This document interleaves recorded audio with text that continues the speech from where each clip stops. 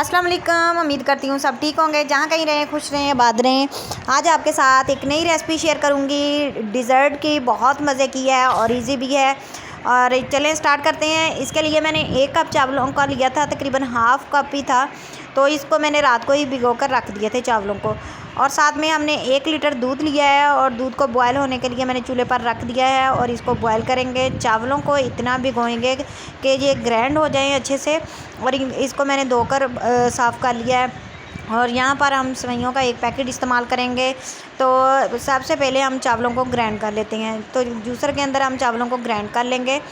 तो थोड़ा सा पानी इसके अंदर मैं डालूँगी, तकरीबन हाफ़ गिलास से भी कम गिलास पानी का इसके अंदर शामिल करेंगे और इसको चलाएंगे। और इसको इतना चलाएंगे कि हल्का सा ये दानेदार सा चावलों का लिक्विड तैयार हो जाए।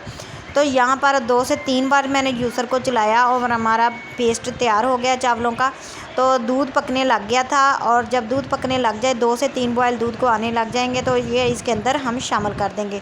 तो यहाँ पर मैंने चावलों का पेस्ट शामिल कर दिया है जो मैंने ग्राइंड किया था। और अब इसको पकने के लिए हम रख देंगे। और इसके अंदर मैंने जग के अंदर थोड़ा सा पानी डाला था, जो चावल बीच में रह गए थे, तो इसकी मैंने थोड़ा सा पानी डालकर और इसको दोबारा इसके अंदर शामिल कर दिया।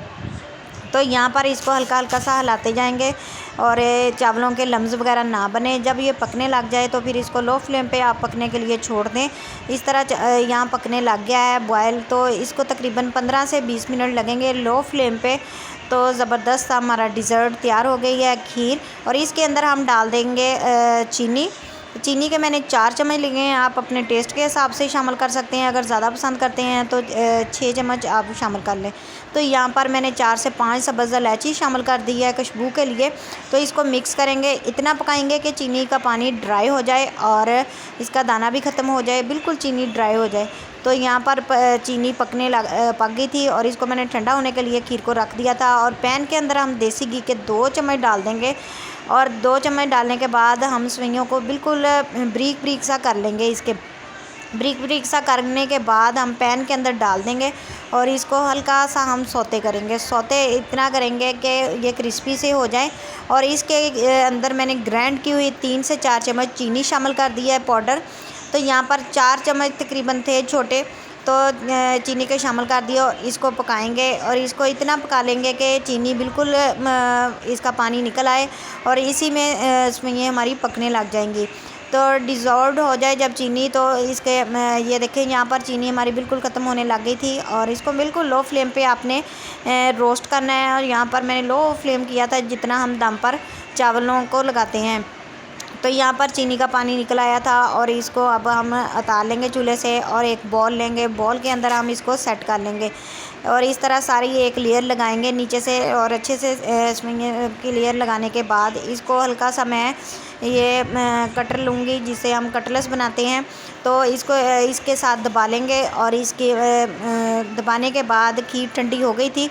खीर को इसके अंदर मैं डाल दूँगी, खीर की लेयर लगाएंगे इसके ऊपर। और इस तरह बहुत मज़े की और बहुत थिक बनी थी। और पल दूध के साथ आप बनाएं तो बहुत मज़े की ही बनती है। तो यहाँ पर खीर की मैंने लेयर लगा दी थी और जो उसमें बची थी आप गरम गरम उसी टाइम इसको डाल लें।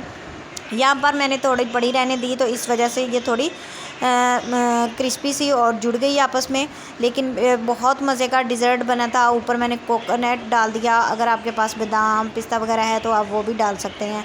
तो यहाँ पर मैंने बादाम और कोकोनट डाला था और इसको अब ठंडा करने के लिए मैंने फ्रीज़र में रखा। 15 से 20 मिनट के बाद मैंने निकाला तो ज़बरदस्त हमारा ठंडा डिज़र्ट हो चुका था। ये देखिए नीचे से भी ज़बरदस्त सी लेयर थी और बिल्कुल ठंडा हो गया था, बहुत मज़े का। और इसका एक क्रिस्पीपन सा जो ऊपर से सेवइयों का आता है, ये अलग से टेस्ट आता है। आप ज़रूर ट्राई करें, इंशाल्लाह आपको ये रेसिपी ज़रूर पसंद आएगी। कमेंट्स में बताएं कि आपको मेरी ये वाली रेसिपी कैसी लगी और दूसरों के साथ भी शेयर किया करें। इंशाल्लाह आपके साथ नई रेसिपी शेयर करूँगी। तब तक के लिए अल्लाह हाफ़िज़।